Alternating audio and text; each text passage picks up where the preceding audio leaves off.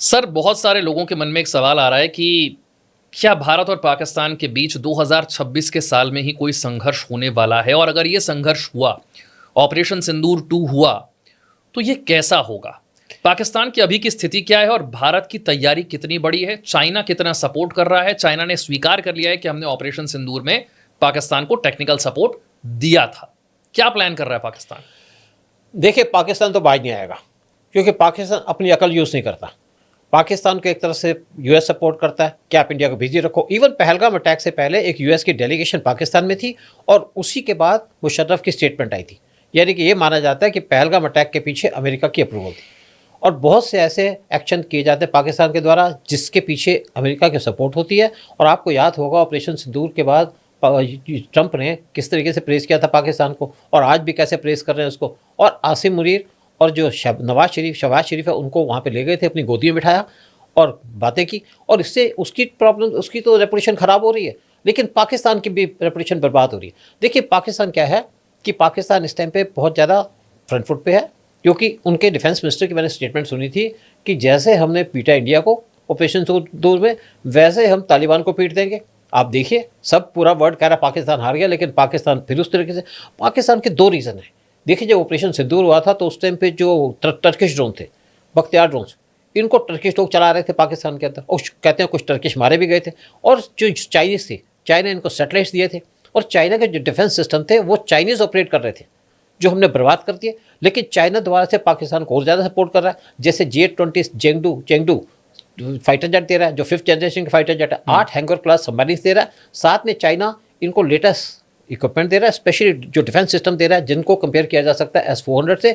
तो चाइना सारे काम कर रहा है, वो तब तो सपोर्ट किया था, फिर भी कर रहा है। लेकिन इंडिया ने एक ठान ली है। देखिए, पीएम मोदी जब से आए 3rd टेन्योर के अंदर, 1st टेन्योर के अंदर पीएम फॉरेन के अंदर घूमते रहे, हमारे फॉरेन से रिलेशन डेवलप करते रहे, ट्रीटी करते रहे, डिफेंस की ट्रीटी करते रहे, ट्रेड करते रहे, इंडिया की इकनॉमी को भी बूस्ट किया। 2nd टेन्योर के अंदर पीएम मोदी ने कुछ स्टेप लिए, फॉरेन कम घूमे।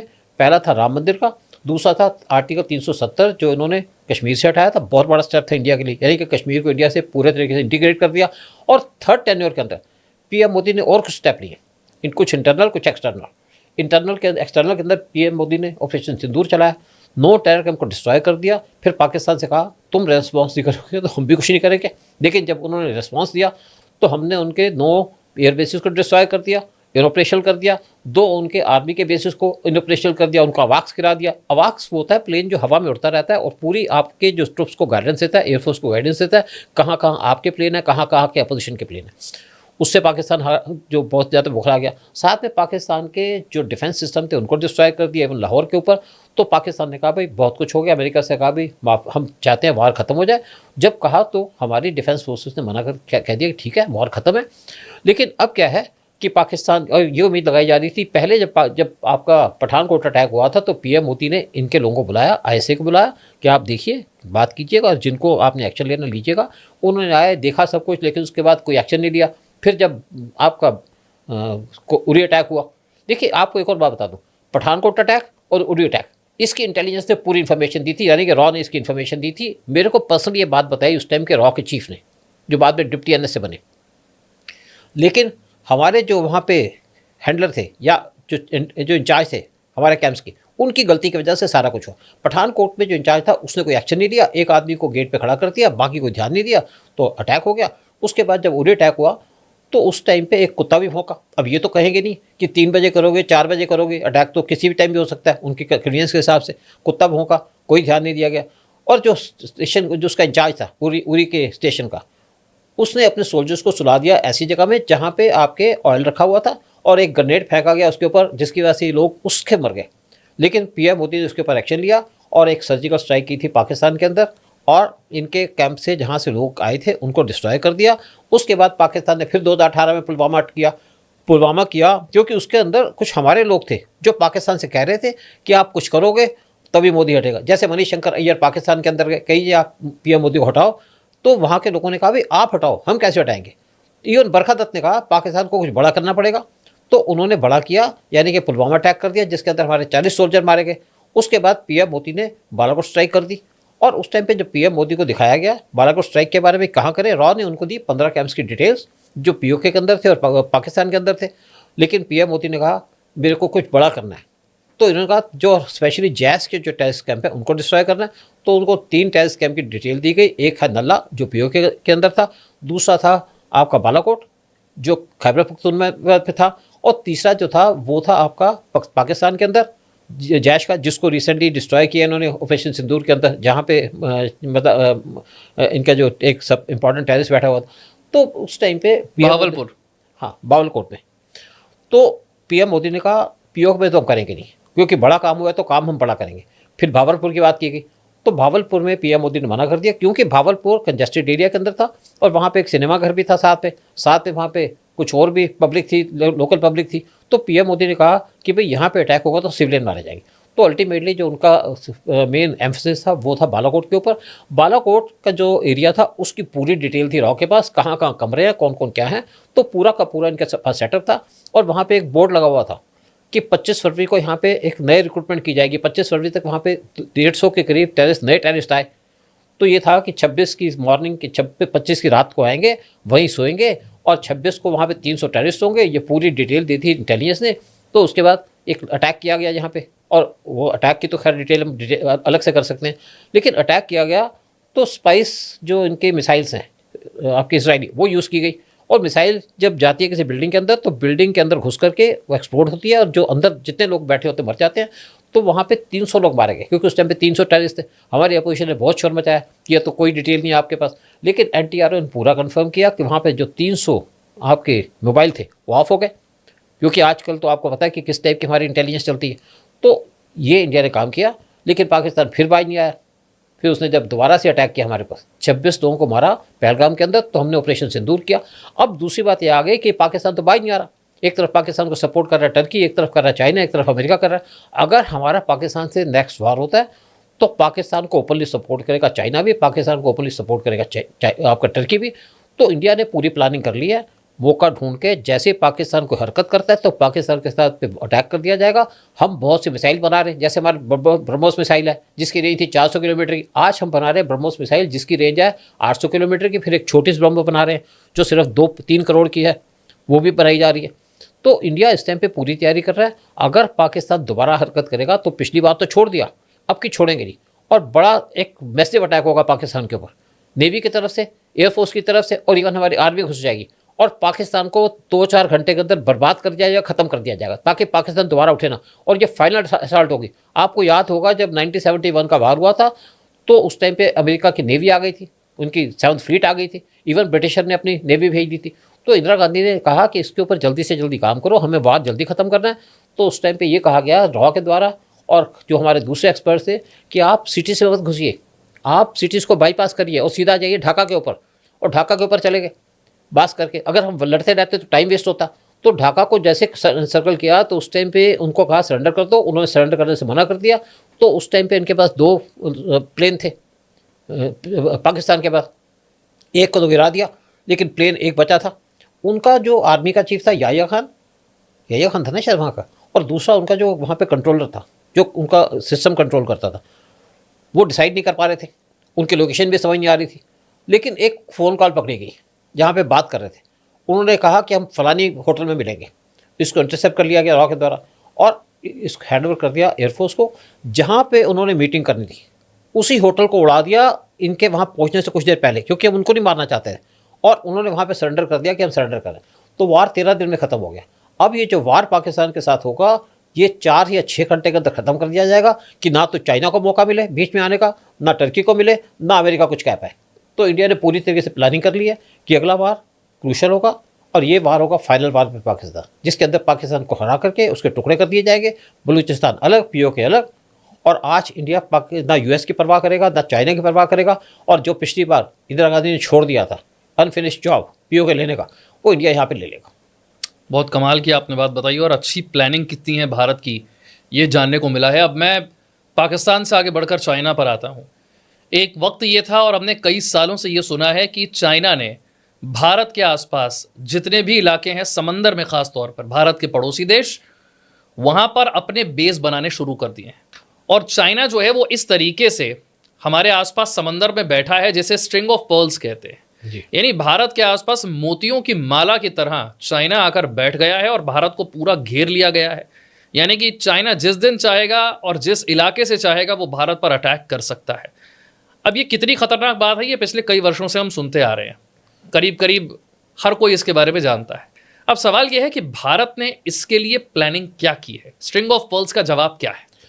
पहले तो आपको बता दूं कि चाइना की पॉलिसी क्या थी। चाइना पाकिस्तान के थ्रू हमें डिस्टर्ब करता था बॉर्डर के ऊपर, ताकि हमारा ध्यान रहे पाकिस्तान की तरफ। दूसरी तरफ चाइना हमारे बॉर्डर के ऊपर इन्फिल्ट्रेट करता था, बार बार घुस जाता था, ताकि हम वहाँ पे बिजी रहे। तीसरी तरफ चाइना चुपचाप काम कर रहा था, यानी कि जो आप बात कर रहे हैं वर्ड स्ट्रिंग ऑफ पर्ल्स बनाने की, समुद्र पे हमको घेरने की, वो काम कर रहा था। और हमारी जो गवर्नमेंट मनमोहन सिंह की थी वो सोई हुई थी।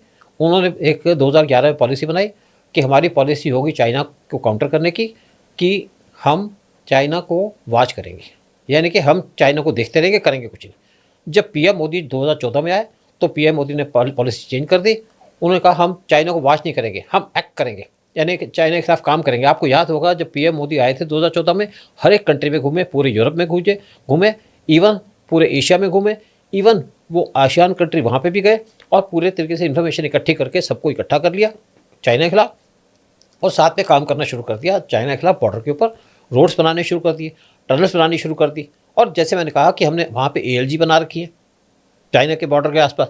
तो पूरे तरीके से पीएम मोदी की सारी तैयारी चल रही थी। इसी बीच में जब चाइना काम कर रहा था, चाइना ने क्या किया, चाइना ने जो पाकिस्तान का है जो स्ट्रिंग ऑफ पर्ल्स है, उसमें क्या है कि चाइना ने पहले काम किया था कि इनके जो कोको आइलैंड है, जो म्यांमार का आइलैंड था, जिसको नेहरू ने म्यांमार को दे दिया था, जो इंडिया के पास था और क्लोज है अंडमान निकोबार आइलैंड के, उसको चाइना ने कंट्रोल कर लिया। यानी कि म्यांमार ने चाइना को दे दिया और चाइना ने वहाँ पे अपनी टेक्निकल बेस बना ली।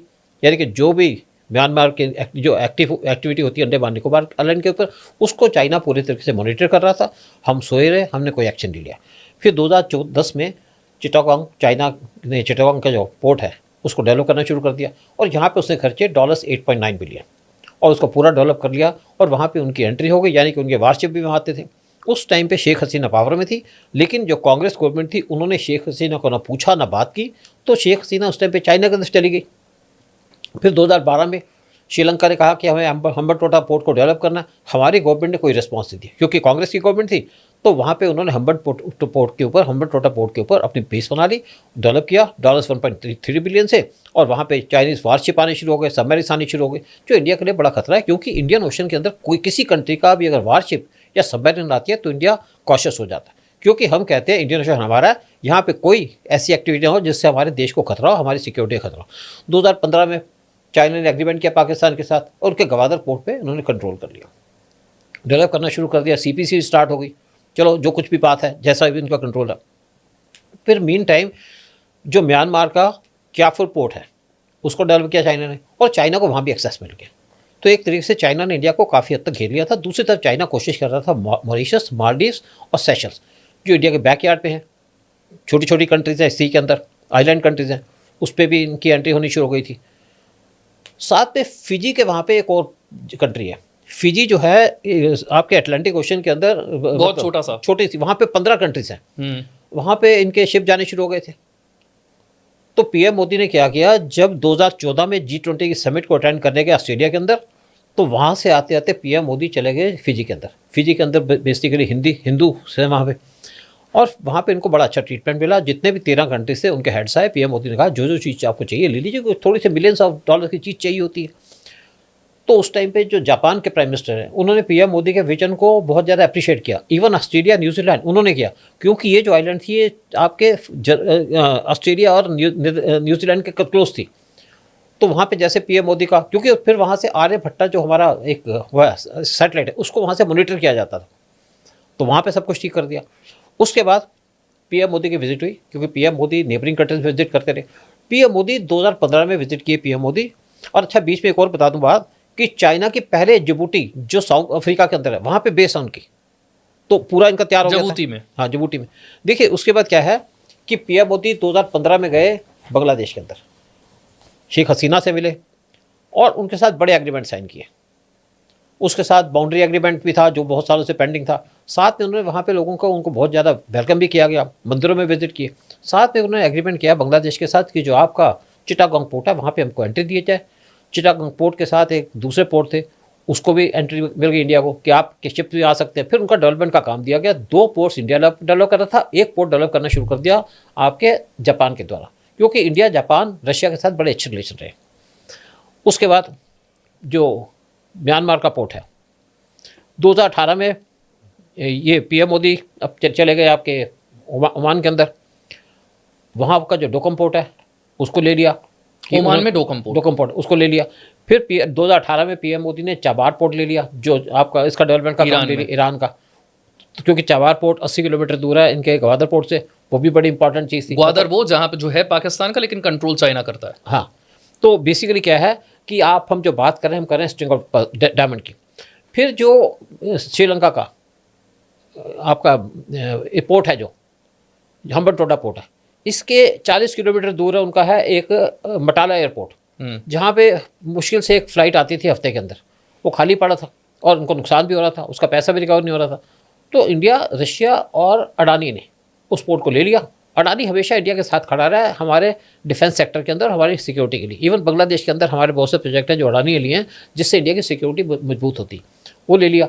और ये जो पोर्ट है एयरपोर्ट है मटाला, ये 40 किलोमीटर दूर है हम्बनटोटा पोर्ट से। यहाँ पे पूरी मॉनिटरिंग की जाती है हम्बनटोटा एयरपोर्ट की, ताकि जो भी चाइनीज सबमरीन है उसकी पूरी खबर हो, क्योंकि इंडिया नहीं चाहता कि चाइनीज सबमरीन, स्पाईशिप या उनके यहाँ वारशिप यहाँ पे एंटर करें।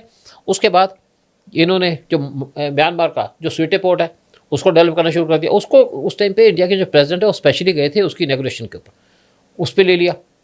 और ये पोर्ट इसलिए इंपॉर्टेंट है क्योंकि चाइना यहाँ पे कंट्रोल कर रहा था, इनका जो नज़दीक का पोर्ट है वो ले लिया। उसके बाद इंडिया ने 2 बेसिस बना ली मॉरिशस के अंदर, अगलेगा आइलैंड के ऊपर। एक जो अगलेगा की 2 पेयर्स आइलैंड के, उसके ऊपर बेस बना ली। और मॉरिशस जो है वो एक हिंदू कंट्री है और इंडिया का काफ़ी क्लोज है। उसके बाद जो सेशल्स का एजम्पशन आइलैंड है उसको डेवलपमेंट करने का काम शुरू कर दिया। बीच में मॉरिशस कुछ पंगा तो लिया, कुछ प्रॉब्लम तो ली, जब वहाँ पे मीजू आ गए, चाइना की एंट्री हो गई थी। लेकिन इंडिया ने भी अपने पॉलिटिक्स खेल करके किसी न किसी तरीके से मालदीव को न्यूट्रल कर लिया। तो जो चाइना वहाँ बेस बनाना चाहता था वो तो फेल हो गई, हमारी बेस भी नहीं बनी, उनकी भी नहीं बनी। इसके बाद हम इंडोनेशिया का जो साबांग पोर्ट है, साबांग पोर्ट एक डीप सी पोर्ट है जो मलक्का स्टेट की क्लोज है, उसको ले लिया। उससे कहा इंडोनेशिया ने आप ले लो, तो वहाँ पे हमारी सबमरीन भी स्टेशन की जाएंगी। लेकिन अभी हमारी सबमरीन कम है, तो इसलिए हमने सबमरीन को वहाँ पे स्टेशन नहीं किया। फिर वियतनाम का तारंग पोर्ट है, वियतनाम के अंदर वहाँ पे ऑयल की जो ऑयल निकलता है, वहाँ पे हमारे ONGC के शिप्स जाते थे। लेकिन चाइनीज़ वारशिप उनको एस्कॉर्ट करते थे, उनके पीछे जाते, जिससे हमारे लोग डरे रहते थे। मोदी के आने के बाद वो काम बंद हो गया, यानी कि हमारे वारशिप जाकर के उसको एस्कॉर्ट करके वहाँ ले जाते थे। तो वियतनाम ने उसको अपना तारंग पोर्ट भी दे दिया कि जब भी आप चाहो तो यहाँ पे अपना रिफिलिंग कर सकते हो, तो हमारी वहाँ भी एंट्री हो गई। फिर साथ में सिंगापुर का चांगी पोर्ट, नेवल पोर्ट, वो भी बड़ा इंपॉर्टेंट पोर्ट है, वहाँ पे भी हमारे वारशिप जाने शुरू हो गए। यानी क्योंकि होता है वार के अंदर आपको एक तो आम ये होता है कि आपके वहाँ पे सबमरीन और वारशिप खड़े हो, दूसरा होता है कि आपको रिफ्यूलिंग की परमिशन हो। तो ये जो पोर्ट है चांगी पोर्ट या तारंग पोर्ट, इससे इंडिया रिफ्यूलिंग कर सकता है अगर उसकी चाइना से लड़ाई होती है। उसके बाद एक और बता दूं कि इंडिया की एक नेवल बेस है अंडमान निकोबार आइलैंड के अंदर, याद वो तो ट्राई सर्विस बेस है। फिर इंडिया ने एक और काम करना शुरू कर दिया, जो आपका लक्षद्वीप है वहाँ पे भी नेवल बेस बना ली। और पहले यहाँ पे कोई बेस नहीं थी, यहाँ पे स्मगलिंग होती थी, यहाँ पे दूसरे काम भी होते थे, इंडिया एक्टिविटी भी चलती थी, वो ले ली।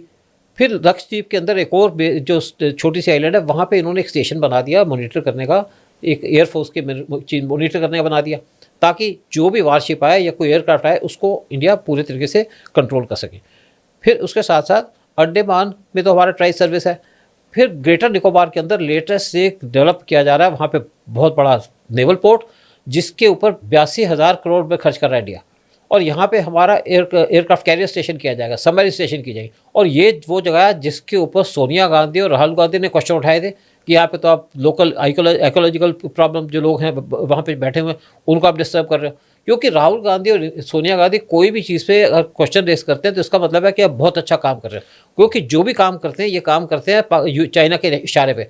और ये जो ग्रेटर निकोबार का पोर्ट ये क्लोज है मलक्का स्टेट के, और ये इसके ऊपर अगर इंडिया का पोर्ट बनता है तो आप समझ सकते हैं कि इंडिया किस तरीके से मलक्का स्टेट को कंट्रोल कर पाएगा। फिर दूसरी तरफ इंडिया ने आंध्र प्रदेश के अंदर, और यहाँ पे हमारी न्यूक्लियर सबमरीन को स्टेशन किया जाएगा। इंडिया कोशिश कर रहा है 12 न्यूक्लियर सबमरीन बनाने की, 4 बन चुकी हैं, कुछ SSN है, कुछ SSN है। SSN होती है ये जब हमारे वारशिप जाते हैं या हमारे एयरक्राफ्ट कैरियर जाता है उसको एस्कॉर्ट करती है, फास्ट चलती है। और कोई भी किसी शिप को पकड़ना तो ये काम आती है। और SSBN वो होती है जो जिसके से आप न्यूक्लियर वेपन को टारगेट कर सकते हैं या न्यूक्लियर वेपन चला सकते हैं। तो इंडिया इनको बना रहा है। इंडिया इस टाइम पे स्पेंड कर रहा है $31 बिलियन। 25 सबमरीन बनाएगी, 6 बना रहा है हमारा फ्रांस के, 6 बना रही है हमारी जर्मनी, 3 बना रहा है फ्रांस, बाकी इंडिया खुद बना रहा है। और साथ में क्या है कि इंडिया ने एक सबमरीन ट्रैकिंग स्टेशन बनाया तेलंगाना के अंदर, जिसको परमिशन दे दी गई। और ये जो था, ये जो वहाँ पे KCR की गवर्नमेंट था तब से परमिशन मांग रहे थे, लेकिन KCR ने 3 साल तक इसकी परमिशन नहीं दी। फिर जब नई गवर्नमेंट आई कांग्रेस की, तो रेड्डी की, उसने परमिशन दे दी। जैसे उसने परमिशन दी तो सोनिया गांधी उसको बुला लिया कि आपने क्यों परमिशन दी, क्योंकि इनको प्रॉब्लम ये होती है कि इंडिया क्यों स्ट्रांग हो रहा है। तो इंडिया ने इस तरीके से अपना पूरा का पूरा एक प्लान बना लिया है स्ट्रिंग ऑफ डायमंड, चाइना को काउंटर करने के लिए। और कर्नाटका के अंदर जो आपका पोर्ट बना हुआ है, ये बहुत इंपॉर्टेंट पोर्ट है हमारे लिए, क्योंकि यहाँ पे हमारे 40 से ज़्यादा वारशिप को स्टेशन किया जाएगा। इंडिया एक और काम कर रहा है, इंडिया ने पिछले अगले 3 साल के अंदर इंडिया के 40 वारशिप तैयार हो जाएंगे और इंडिया 197 वारशिप की और ज़्यादा प्रोडक्शन करने की तैयारी कर रहा है। मतलब इंडिया ब्लू वाटर नेवी बनाने की कोशिश कर रहा है। इंडिया के पास 2 एयरक्राफ्ट कैरियर है, 3rd एयरक्राफ्ट कैरियर की परमिशन दे दी गई है और वो एयरक्राफ्ट होगा 45,000 टन का। तो इंडिया इस टाइम पे चाइना को काउंटर करने के लिए, पाकिस्तान को काउंटर करने के लिए पूरे तरीके से तैयारी कर चुका है।